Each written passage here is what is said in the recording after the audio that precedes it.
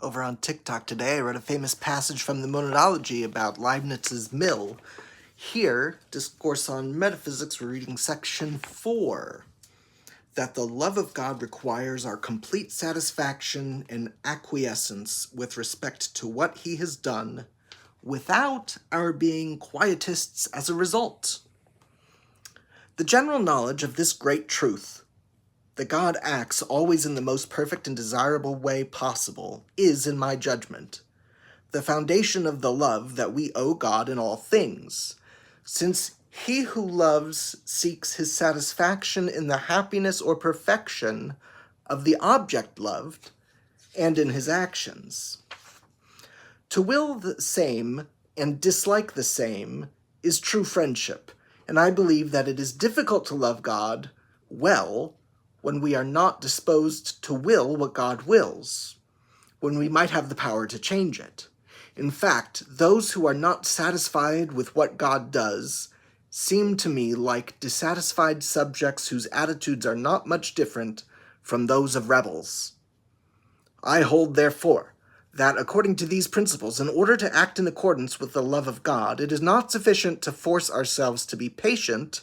Rather, we must truly be satisfied with everything that has come to us according to his will. There's a lot of stoicism here, right? I mean this acquiescence with respect to the past.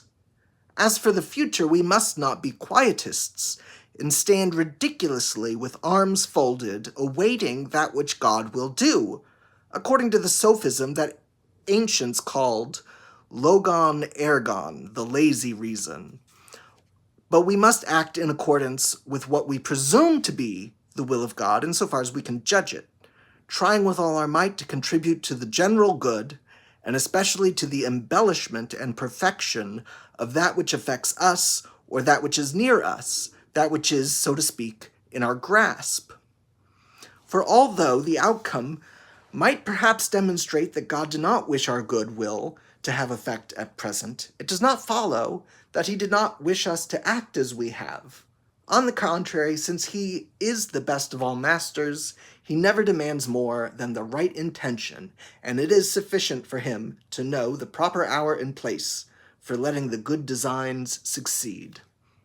All right.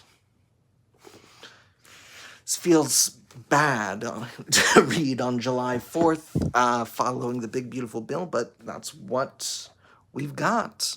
What do you think?